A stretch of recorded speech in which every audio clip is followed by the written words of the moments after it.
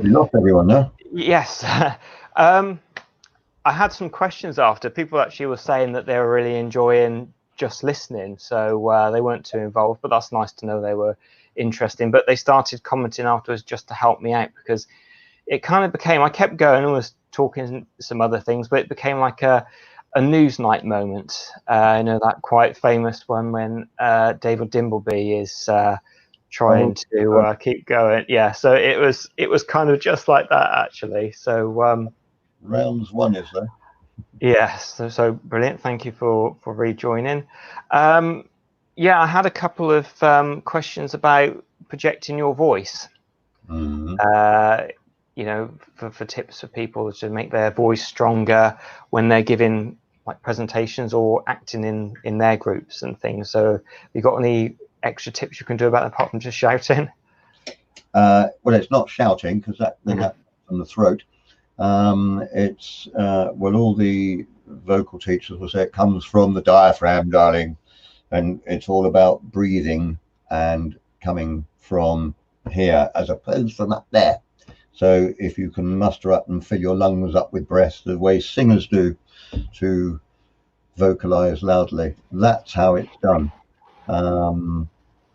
And a tip on stage is to, we always say, make sure you hit the back row. If you're hitting the back row, and if you're in a big theatre, like the Everyman, for argument's sake, in Cheltenham, which is a Matchams theatre, there's lots of different layers. You have to throw your voice right up to the top, as opposed to just down the bottom end.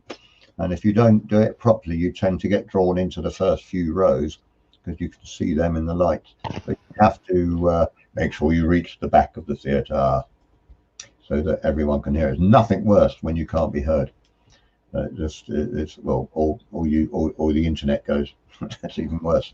But if you can't hear an actor, it's almost worse than on TV. If you can't understand what they're saying, you know, you can wear a bad picture, but you can't wear bad sound.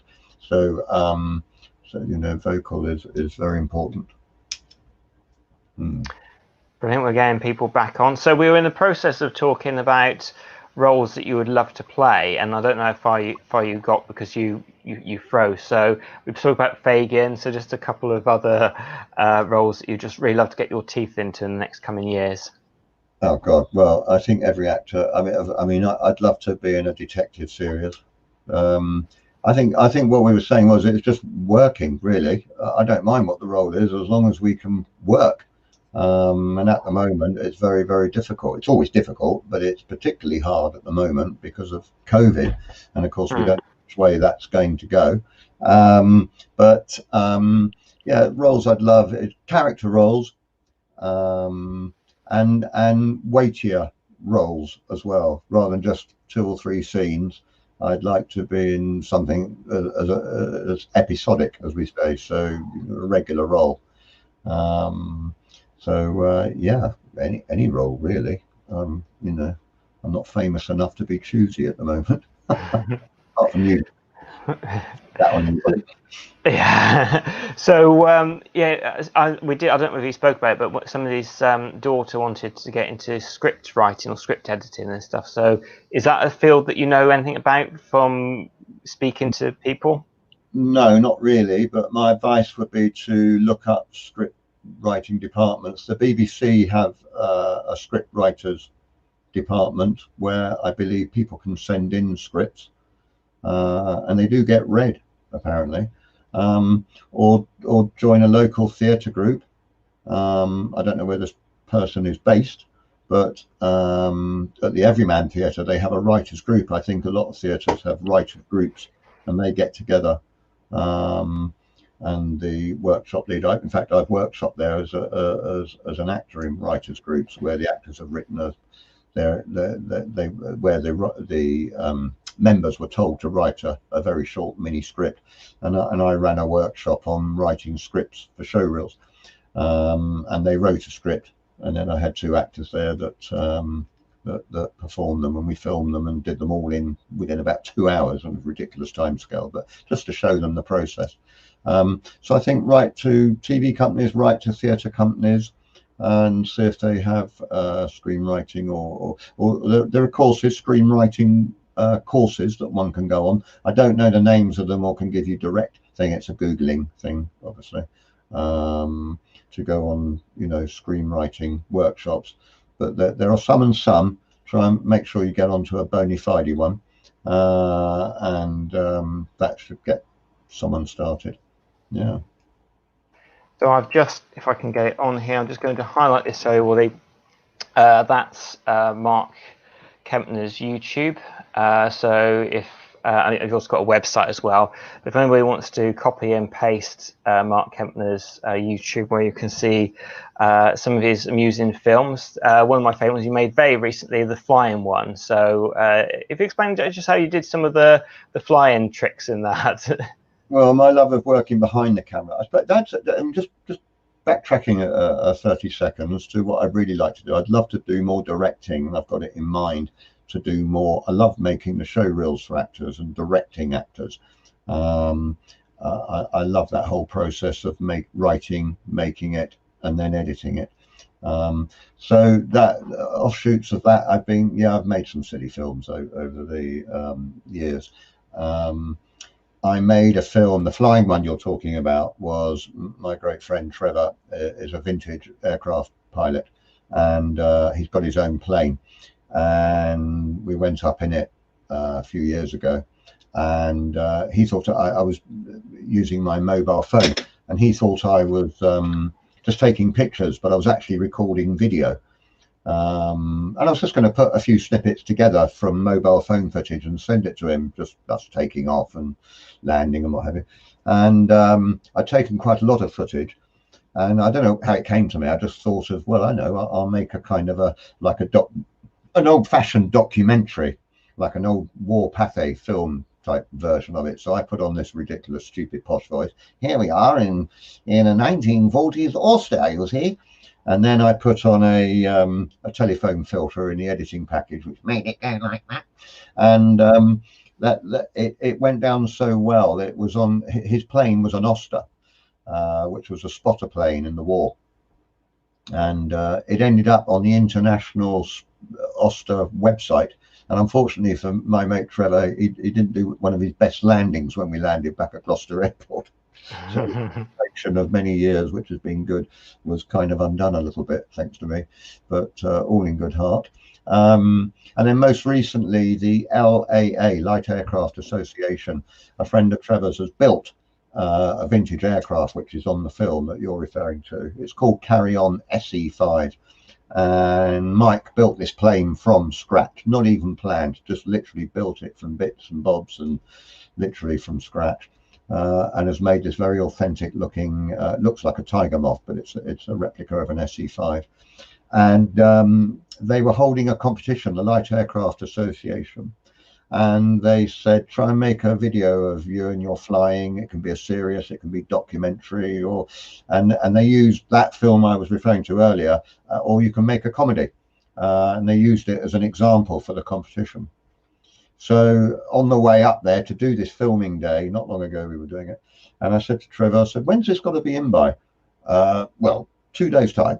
Oh, so I was making up the story as we were driving up to the airport, and we met Mike and his plane up there, and I said, I'll tell you what we'll do. I'm going to pretend I'm going to get in the aircraft. Well, I did get in the aircraft, but and pretend I fiddled around with it, started it up and gone off flying. So that's what the film content is in. That's why I called it Carry On SE5. But it's actually Trevor, who's a display pilot, did all the flying, obviously. So a crafty bit of editing going on in that film, where it looks like me getting into the plane, it's Trevor, and blah, blah, blah. So yeah, have a look. It's quite a lot of fun. And we came runners up in the end. Brilliant. So, that's good. No, I certainly enjoyed it. So let me just saying hi, because we're going to finish shortly, but thank you for your hellos, and thank you everybody for staying with the technical difficulties as well. That's your end, Paul.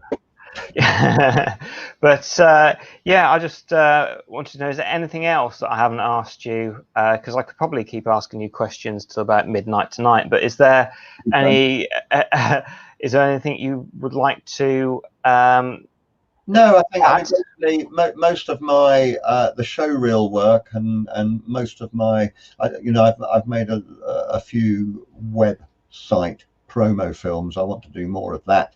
So if someone's got their website and they've got a small company and they want an introductory, very few people have got video on their website, which astounds me really. It's the most important thing to have, and I can come out with my camera kit and film the manager. And if you go on to my Vimeo channel, if you Google Mark Kempner Vimeo, you'll see a lot of my slightly more serious films are there, web films and what have you, and showreel films are there. I tend to use YouTube these days more for the kind of comedy stuff, or not comedy, but more sort of like the airplane video we were talking about. Or I've just made one with my great friend Caroline, who has a lot of friends in choirs, and she runs a lot of choirs herself. And she came up with the idea of making a film about how positivity can come out of adversity. And we used the Queen track, The Show Must Go On, i.e. we're surrounded with this COVID and everything's going wrong, business falling apart, but you have to find new ways of working and you have to get round it, as the British public are very good at doing. Therefore, the show must go on. So a bit of a technical nightmare to film it and edit it, but that's on my YouTube channel. It's called The Show Must Go On. That's had some nice comments, so have a look at that as well. Fantastic. And also, yeah, I did really like that as well. It was really wonderfully put together. And I think that the voices that are in there singing as well really add something extra to the Queen track. I've got TrueView events down if other people want to go onto your TrueView website. Yeah, I've at the moment the websites are all combined under one. And so if you look up markkempner.co.uk, you'll see all about me and all the nonsense I get up to. But the TrueView events one is my events site. So yeah, have a look through there. There's pictures and videos of our murder mystery and our film day and all sorts going on there. It all needs updating, which I will get round to in 2021. Yeah, I know what that's like, having to update websites and everything like that. So it's been really absolutely fascinating, and thanks for agreeing to spend this time this evening. Thank you for rejoining as well during that time with it going off. But it will give me something to laugh about. It's disconcerting not knowing who's out there. How many people did you have? Well, we're still going live at the moment, so it's about 9 watching at the moment. So it's it's a nice number. I mean, nine good people watching anyway. But I think that there's been we've got 11 now, so now I'm coming to the close of it. The numbers are going up now. After I've ended this broadcast, you like just to stay on the line just a little bit, just so I chat to you just after finishing. So brilliant. Just before I click the end of it, I'm going to say thank you everybody for watching. Thank you to Mark. And is there anything else you want to say at all before it was like having an autopsy without the benefit of death. It was it was good. Thank you very much. Brilliant. Thanks, Mark. And I'll just